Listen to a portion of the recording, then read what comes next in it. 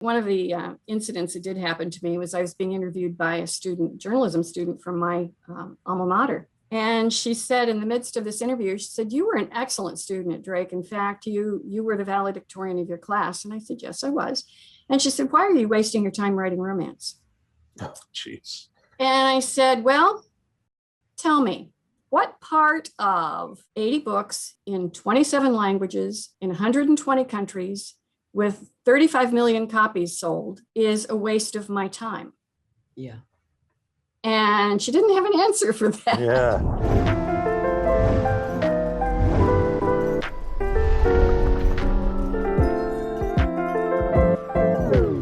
We have with us today incredible, prolific Leigh Michaels, author of over 100 romance novels. What else? Tell us what you want us to know and all of the people watching, listening. Well, I've been a romance author for 40 years. I have seen many, many changes in the field, and I still enjoy romance. I enjoy reading it. I enjoy writing it.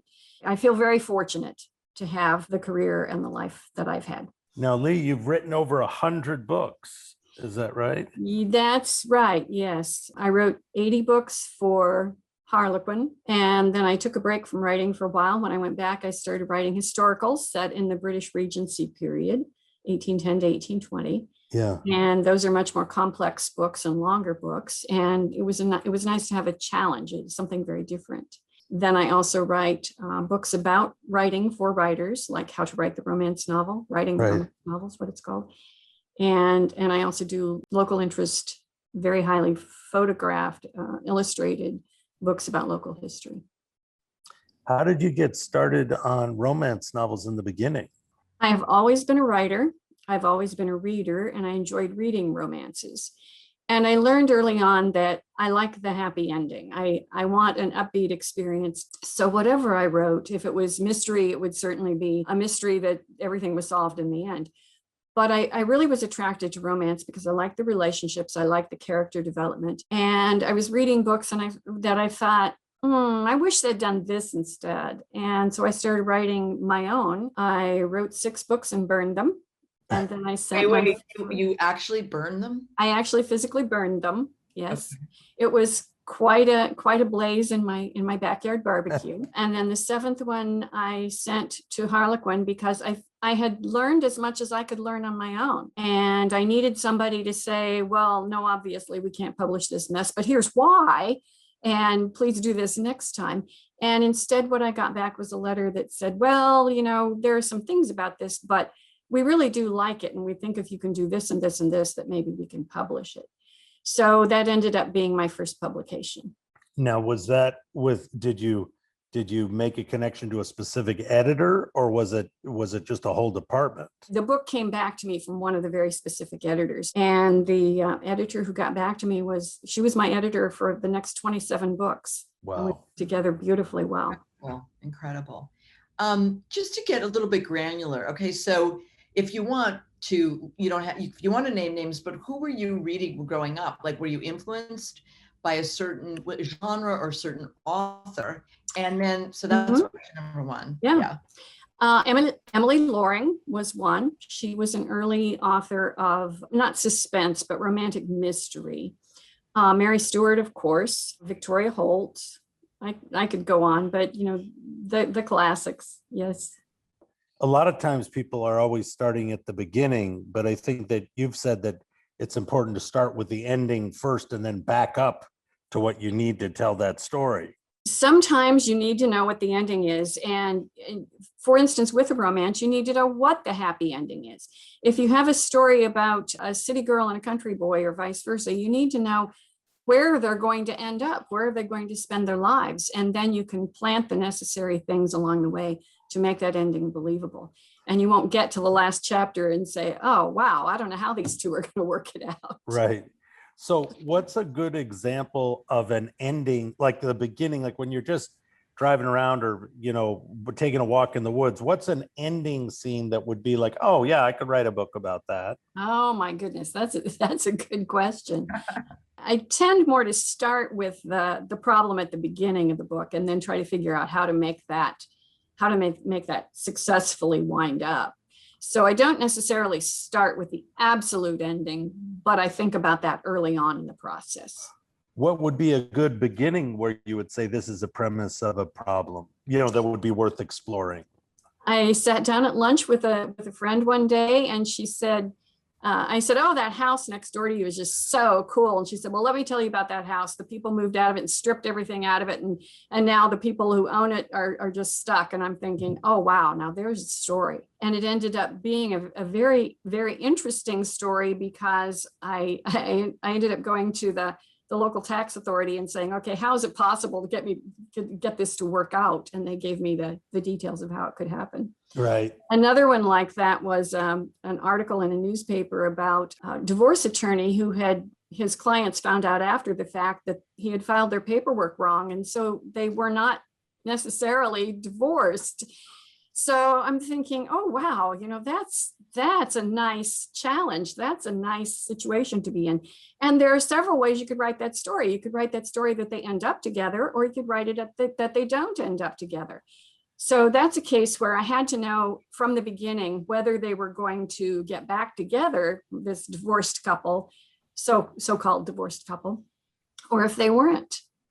Now in the case of that, they had to get back together, right? Well, my couple did get back together, but there was another romance novel in there would have been that one of them was involved with someone else, and that was the happy ending. Right. So it could have been played either way. So and by the way, during the pandemic, actually my husband's like, why do we have so many like Apple, like where's all this money going? Because I just read them like for which I'm sure a lot of people are doing. But there is a feeling, one thing that's common that I feel like is it's this inevitability that they're going to get together at the end, and we all know it as we're reading it. They don't know it. They don't know it. And how you grapple back and forth with that tension between, it's male, female, mostly, right? I mean, and how you kind of walk that line, because that's the art of these stories. It's like, so that by the end of it, it's just like the end of a great rom-com. It's the same thing. It's like, it's so incredibly satisfying. Yes. But it requires a big enough problem that they have to deal with, that they can't just sit down for 5 minutes and have a conversation and it's all settled. And yet it can't be such a huge problem that they can never come to a compromise that's believable. So, it's challenging. These characters, do they stay with you? Do you write the same kind of character each time? Is it a different character? And how do you think about these people you're writing? The characters are very interesting, and they're very different, and yet they all have certain things in common. And I know that they have certain things in common because I am the one who's creating all of them. So they all have kind of a wacky sense of humor, and they all have a really wry outlook on life and that sort of thing. But they are very different. And that depends on what the problem is that they're facing, because there are some of us who will get really wound up and upset about a particular situation, and there are others who wouldn't care a bit about that. So that's some of the balance of creating a story, is what's this big problem that's facing this character, and why is it so important to this character? And then, how does that work out?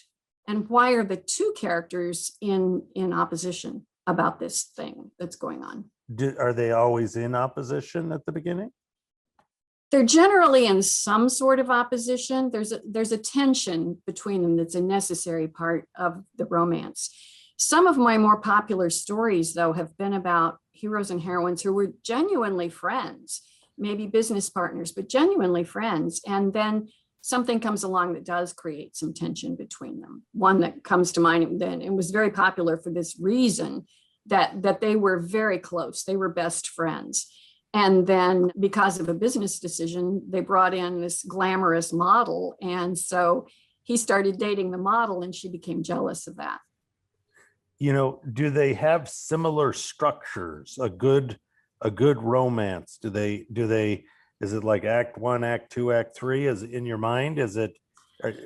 I don't plot that way. I believe a lot of authors do, that they plot with a 3-act structure. I don't. When I was writing Harlequins, I was plotting with sort of a 10-act structure, because it was a 55,000 word book. And so each chapter of 5,000 words and 10 chapters in total needed to advance that story. It needed to develop that story, develop those characters, end on something that would keep you pulled into the next section of the story. And so I worked with that kind of a structure. But I think there are as many different detailed ways to write as there are writers. And they're all fine. Did you get that way from the editor? Did you start in a different way? And then that editor you talked about, did you meet them and they went, well, wait a minute, do this, this, and this? Not quite that exactly, but with experience and with seeing what she did. The second or third book that I sent to her, I think, was 25 chapters. And she said, well, we really need to cut this down.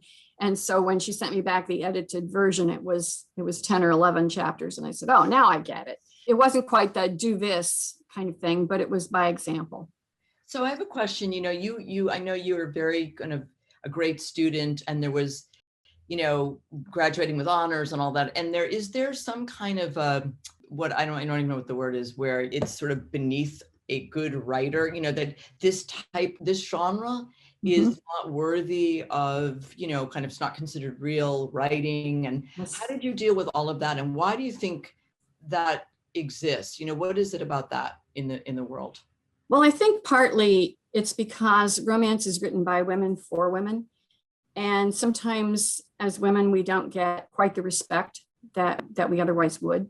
And many people who have not read romance think that it's all fluff between a bunch of sex scenes. In fact, somebody told me once I could write a romance if I didn't get bored with all the fluff between the sex scenes. And I'm like, okay, no. Yeah.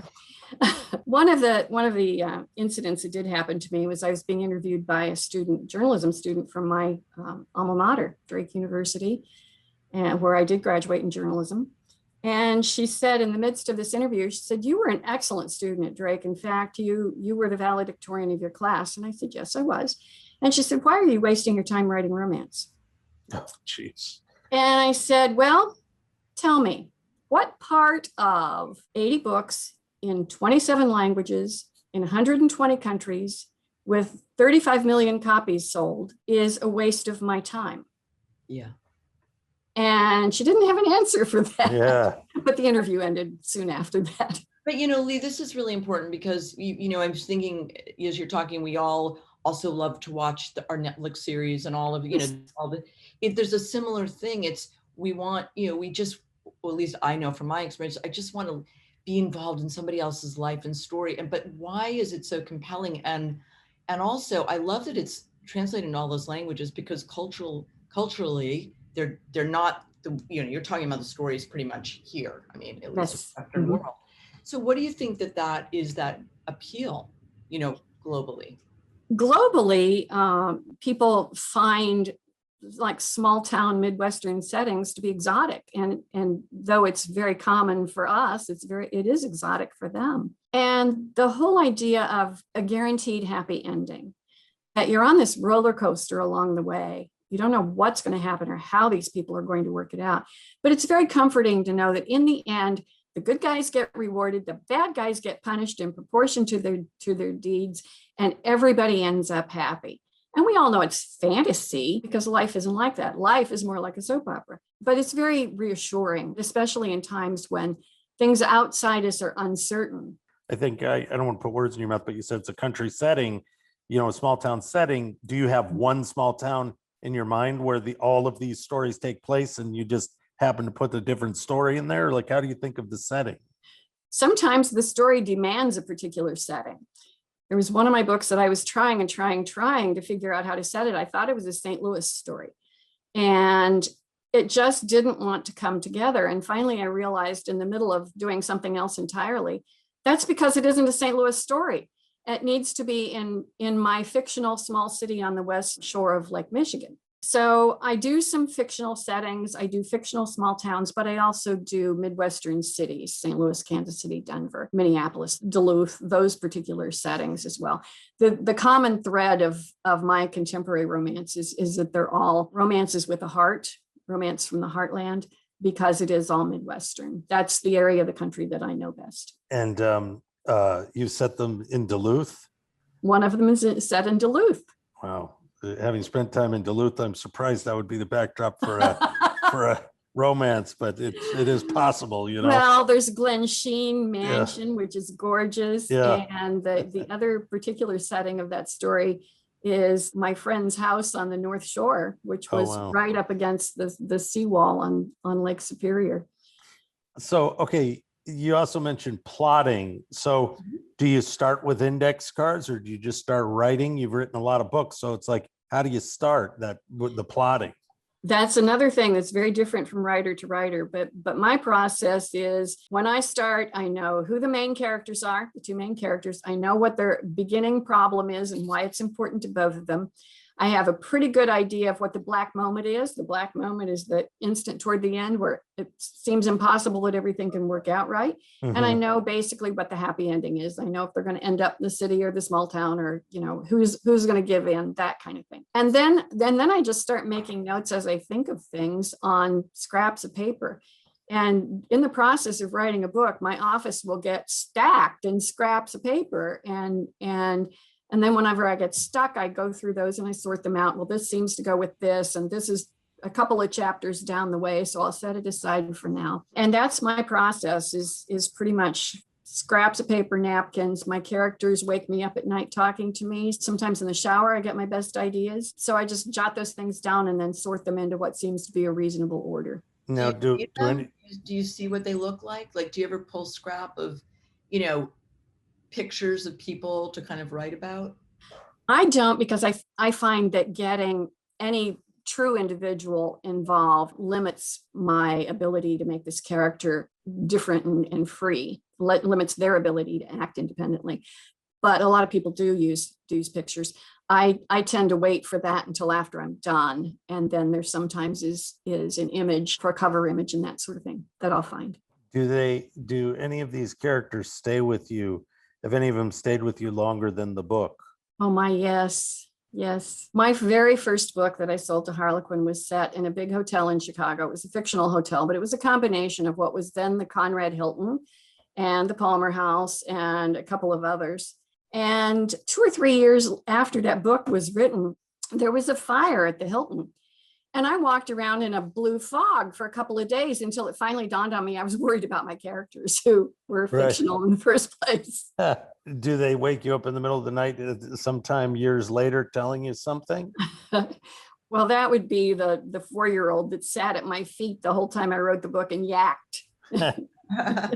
Now, do you ever get worried that, you know, you'll run out of ideas? I mean, I always, you know, I think about like the infinite possibilities. Do you ever get writer's block? Absolutely, every time after I finish a book. Yeah. My husband used to say, he said, I never worry about you because you walk around in a daze for a couple of weeks and then you say, I'm never going to have another idea again. And he said, exactly 2 weeks after that, you start writing the next book. So it was something I hadn't observed, but he had. And that's typically after every book, I say, that's it. There's no more ideas. Now, how long does it take to write a book? Just gonna ask that. When I was working for Harlequin, I was writing 4 books a year. Wow. 50 to 55,000 word books, which was a pretty hefty schedule. With the Regencies, they're longer and much more complex. And so each one of those takes 9 months to a year to write. Oh. Do you think there's something to the Malcolm Gladwell, the 10,000 hours? Do you feel, I mean, you've gone way beyond 10,000 hours, but, you know, really knowing this, like this is your, you know, life's work. I mean, do you feel like your skills have really accelerated? I mean, you're the top of, you know, you're at the top of this genre of your field. Is there something about just writing and writing makes better writing? Absolutely. Right. Any writing that a writer does makes them a better writer. And I wouldn't say that I'm ever, I think part of the magic for me is that I'm always stretching to do something new and something different and something more. And I think that's why I've gotten to where I am, because I've never been contented with sitting at the level that I was at. I always wanted to be a little bit better. But writing is one of the few skills that people tend to do it once and think that it's done and it's right. We wouldn't do that if we were picking up a violin, for heaven's sake. We wouldn't pick it up the first time and say, well, that's the best I can ever do. But we tend to do that with writing. So, you know, I think that's something I emphasize with students is the more you write, the better you'll be. And sometimes that first project, or in my case, my first 6 projects, belonged on the fire. Everything that was good in those books stayed with me anyway. I have a question about what these books can teach us really about ourselves and our relationships. And I think you talked about something like that people use these, we can use these stories to really to go deeper into our own personal relationship. Can you talk Yes, about that? yes. And I have heard of cases where therapists have used them with couples to teach ways of calm conflict resolution. That everybody has problems, and here are ways to deal with problems, that they use them for examples that way. I have heard of a case where they're being used in therapy with domestic abuse situations in treating the abuser. I don't have firsthand experience of that, but I have read about it. You've heard about it. And would that be the idea that perhaps the abuser, whether it's male, female, is reading a story about how a positive relationship can end well without Exactly. Yeah. How it doesn't have to have violence, and there can be disagreement, and that can be settled in a positive way. How much revision do you do on the books now? Like, is that part of good writing, is revising, or have you gotten it down at this point? I do revise. It depends on the book how heavily I revise. Some require a lot more work than others. There are some that I get a little off track. And because of my writing process, I tend to wander a little bit and try things out. And so there's more revision than there would be if I had a really strict outline. But if I used a really strict outline, I would have lost all the excitement about the book early on. So, that's my deal. So you finished the first one, they accept it, you have to make some changes. Mm-hmm. Now, at that point, are you thinking, how does the idea for the cover come around, and do they allow you to have lots of input in the cover? Oh, I wish. Traditional publishers generally don't let the author have a great deal of input into covers. There are exceptions, but mostly the author puts together a worksheet of, here are some possible scenes, here are the details that you need, and then that goes to the art department, and they commission art as they see fit to fit the book. Is that similar with the title? Do you name the title? I do not name the title. Some of my titles were accepted and used. Other ones were not. Sometimes it would be a surprise. I sold a book to my editor that was called The Bachelor Bazaar, and she agreed it was a wonderful title. And then marketing got hold of it and renamed it. It's called The Marriage Market. So, for some reason, right at that time, marketing thought that bachelor had a negative connotation to it. And I'm thinking, well, it's a romance. What's bad about being a bachelor? But right. But that was the fad of the day. So you put that first book out, and what's the response? And because at this point you're not sure this is your calling, so what happens? The first book got such a phenomenal response locally. This is a city of 25,000, and I had been a radio personality briefly. My husband was a photographer at the newspaper, so everybody pretty much knew the name. And when that news came out that I would be signing my first book, we had people lined up for it. Was incredible. And it was a tremendous career boost. And the first time that I walked into a bookstore and saw my book on the shelf in the display, it was a wonderful boost as well. And when you sat and did those signings, this has all been in your head, and now it's in other people's heads. Uh-huh. And what is that? What goes on in that signing? Like, at the end of that day, what have you learned about this? Well, one thing that I recalled as soon as I picked up the book and the pen was my mommy taught me never to write in books. So I had to really get over that quickly. It is kind of a strange experience sometimes to have a story live in your head, and then all of a sudden it's out in the world and other people have ownership of it and have feelings about it. It is fascinating. And some of the things that they think they know about the author because of the book are interesting too. Were they thanking you for writing the book? They were, yes. What was that connection between the two things? One of the early readers came to that signing, picked up a book. She said, and she called me later. She said, "Gee, thanks." She said, I haven't read a book in 30 years. So, local girl, I thought, well, I'll support the local girl. I'll buy her book. And she said, gee, thanks. I was up all night. And Actually, your fans, and how, like, do you get the fan mail, or does it go to the publisher? And, what do you take from them? And do you feel like you have a relationship with them? You hear that a lot with musicians, that it's really all about the fans. And so what do you think about that? It is all about the readers. I do have a personal relationship with a great many of my readers. I insisted on getting my fan mail directly to my post office box. And interestingly, even the editors in Brazil ran my address in my bio. And so for a long time, I was getting fan mail in Portuguese, which was a little bit complicated. But I do have a warm relationship with many of my readers, and they're delightful in how they respond. One of the letters that I got was from a woman who was sitting in the ICU with her dad. And she said, I was reading your book while he was sleeping, and I just felt as though your arms had come around me and you were holding me tight. I thought, how delightful. And there was a hospice nurse who wrote to me. She said she was on call 24/7. And she said, when I come home, I want something upbeat and light and easy to read. And you give me that. So the first book sells, it's a big response, but like, at what point do you realize, like, okay, 1 million, wow, never thought I'd get to 1 million. And then, 2 million, woof, 2 million. I'm astonished, up to 35 million. Like, when do you realize that this is a train that's just going to keep on running? Well, it helped the first time that I met with my editor face to face. And I said, I'm trying to do some career planning here.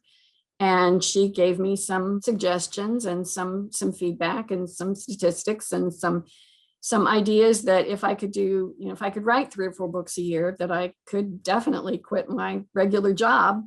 And so that's what I did.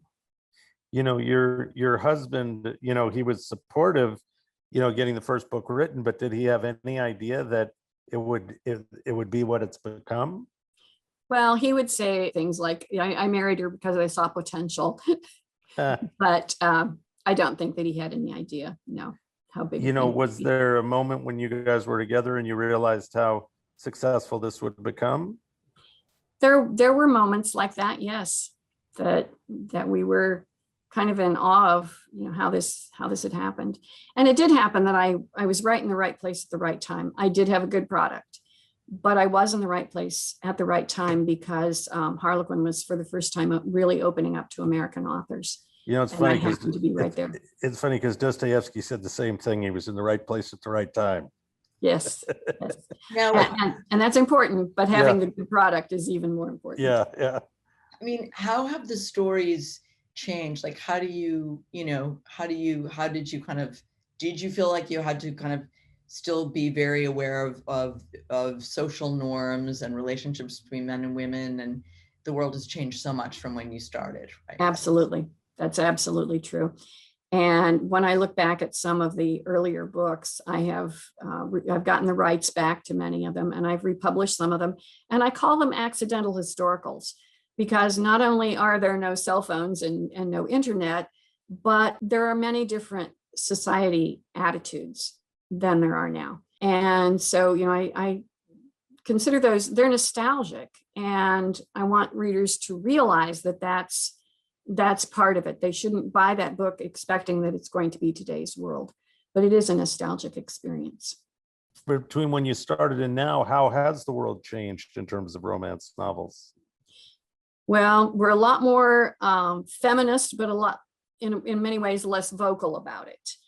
We just have learned to accept the differences, and we're not having to be out in the street picketing so much anymore. And so, many younger women, I think, don't realize the struggle that those of us of a certain age went through in order to get where we are. Attitudes towards the LGBTQ community, attitudes towards ethnic minorities. When I began, the story was all from the heroine's point of view, and it was entirely white Anglo-Saxon Protestant. And that has changed so much over the years, and a good thing too. Now, does it make it more difficult for you to write in another ethnicity's voice? I don't know that I could write in another ethnicity's voice. I think that would be disrespectful to that ethnicity in order to try to get that far into somebody else's experience. So, I do continue to write white Anglo-Saxon kind of stories because that's my voice. But I am so glad to see that there is a wide variety of opportunity and a wide variety of voices out there with many other attitudes, many other outlooks.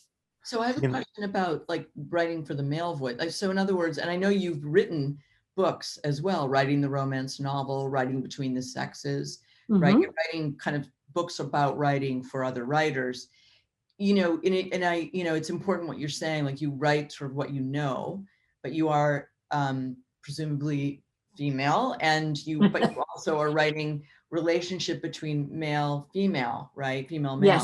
Yes. And now using male perspective and male points of view. Right. And so how do you transcend? What is, do you talk to your husband? Do you do research? What is that process like to be able to kind of engage that other part of your psyche, right? We probably all have different male, female within us, but how do you go about thinking about that? We all fall along a spectrum of that male, female difference. And I think sometimes as women get more successful, we skew more towards the male end, and that makes it a little easier to understand. I have done quite a lot of research about the male voice and the way that men look at each other and talk to men about it, and get tremendous insights from some of the men who come to my seminars about how they approach things and how they think about things and how they feel. A guy told me once that men feel more slowly. And I had to think about that for a while, but it's really an interesting comment. It's not that they don't feel, they just feel more slowly. Guys tend to ask fewer questions and only ask questions where they really want the answer. And so the character can say the same thing, but a lot of times when a woman's writing that, he comes across like a boyfriend or, a girlfriend even, rather than a real guy. And sometimes it's the same philosophy, the same expression, but just said differently. And it makes it more believable that it's a man. In the time of Me Too, it's so complicated the way men and women have the opportunity to talk to one another. Does that make it more complicated to figure out how to bring them together? Yes, it does. And some romances have gotten very uncomfortable that way, some of the older ones, because what was going on in those books really was harassment. It really was sexually inappropriate behavior. And that's one of the things that's really dramatically changed over the time that I've been writing. Are you worried they're going to be canceled? I mean, is there a concern that some of this genre or some of the other, older stories, not yours necessarily, but of this genre, like what will happen? Well, I think it's, for instance, like Gone with the Wind. I think that it needs to be put into context. I don't think it should be canceled. I don't think it should be eliminated.